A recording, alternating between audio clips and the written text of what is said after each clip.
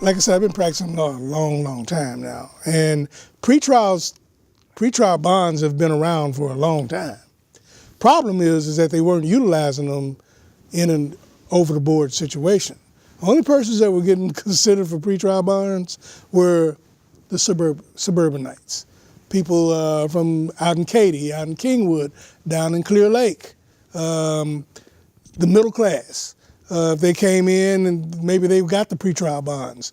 The people in the lower income areas, 3rd Ward, 5th Ward, the East Side, didn't get pretrial bonds. And I think that's what part of that federal judge's ruling was.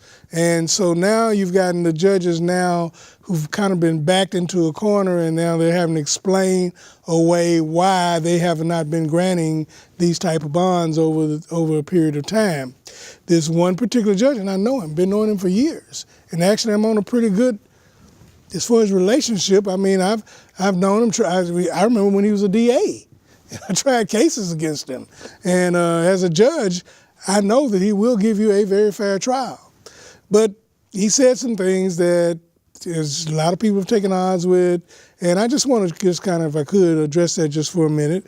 He said that he had a no bond policy for magistrates for at least a dozen years because he didn't trust the lower level jurists not to make errors.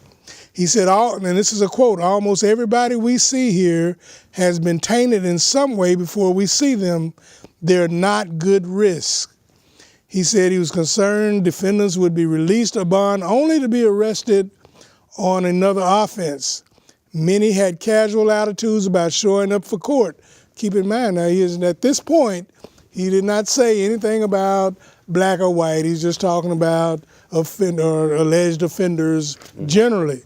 Then it comes into the point where he addresses the fact, he says, the young black men, and it's primarily young black men rather than young black women charged with felony offenses, they're not getting good advice from their parents, he said. And this is where it gets ugly. Who do they get advice from? Ragtag organizations like Black Lives Matter, which tell you resist police, which is the worst thing in the world you could tell a young black man. They teach contempt for the police, for the whole justice system.